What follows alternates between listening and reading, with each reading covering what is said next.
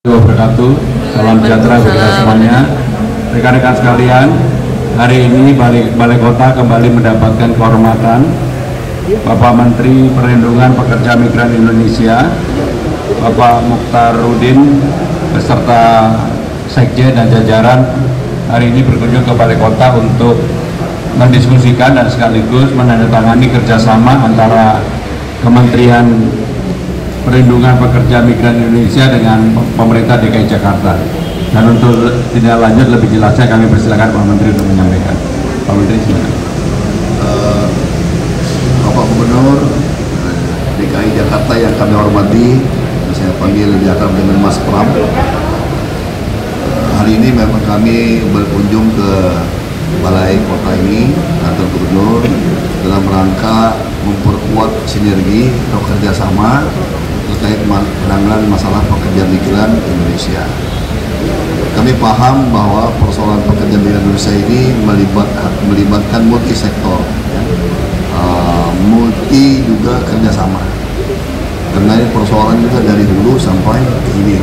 Nah, oleh karena itu kami sebagai tindak lanjut dari MOU kami dengan Menteri Dalam Negeri, maka kami juga melanjutkan MOU dengan Gubernur DKI Jakarta dalam konteks sinergitas kerjasama kolaborasi untuk pemberdayaan pekerja migran Indonesia dari hulu sampai ke hilir.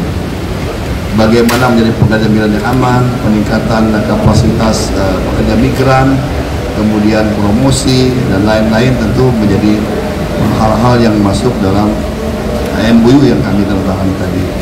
Prinsipnya bahwa persoalan pekerja migran ini harus dikerjakan oleh semua multi sektoral, ya. Tidak hanya urusan luar negeri tetapi juga urusan dalam negeri dari hulu sampai ke hilir, ya. Dan DKI yang sudah memiliki fasilitas yang lengkap terkait dengan peningkatan kapasitas sumber daya manusia pekerja migran Indonesia, maka KPDM melakukan kerjasama dan sinergi untuk itu, untuk menciptakan pekerja migran Indonesia yang sudah bergeser dari low skill menjadi medium high skill. Karena memang permintaan lapangan pekerjaan di luar negeri juga sudah bergeser dari yang hanya domestic workers, tetapi juga kepada sudah yang medium dan high skill di sektor-sektor macam-macam, ya, bermacam-macam sektor yang ada terbuka. Oleh karena itu maka kami mengucapkan terima kasih kepada Mas Pram, Gubernur DKI dan jajaran yang selama ini sebenarnya sudah berkolaborasi, bersinergi, ya. Tinggal nanti kami lebih meningkatkan lagi kerjasama ini agar tidak dari sisi kuantitas, tapi juga dari kualitas pengiriman tenaga kerja ke luar negeri dari DKI Jakarta. Bahkan bukan hanya dari DKI ini kan ibu kota, ya, tempat persinggahan, tempat orang keluar masuk juga DKI. Jadi kadang-kadang masuk DKI nyari lapangan pekerjaan, nah kita lanjutkanlah dengan memanfaatkan lapangan pekerjaan di luar negeri. Saya kira itu Pak. Baik, baik. Kalau ada pertanyaan kami persilakan.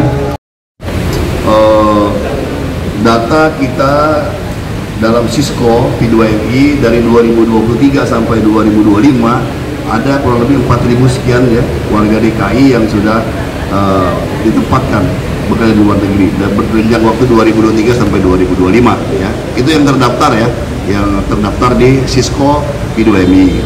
Nah, kemudian yang terkait dengan masalah Kamboja, ya, ada juga warga DKI, ada juga, ya, ada juga. Kalau jelaskan, bahkan di sini juga tempat pemulangan sebelum dia dilanjutkan ke Bogor, ke daerah lain, ya. Nah, sebelum kami jelaskan bahwa Kamboja itu bukan negara tujuan penempatan dari pekerja migran. Kalau yang terjadi sekarang berarti berangkatnya unprocedural, kemudian juga dia mungkin secara lebih ekstrim disebut ilegal, gitu, ya. Dan tentu dia berangkatnya juga dengan mandiri, kemudian juga melalui perusahaan-perusahaan yang tidak resmi, yang tidak terdaftar di KP2 ini, ya. Karena kita tuh perusahaan-perusahaan penyalur itu ada terdaftar di kita dan terakreditasi, gitu, ya, dan harus memenuhi persyaratan.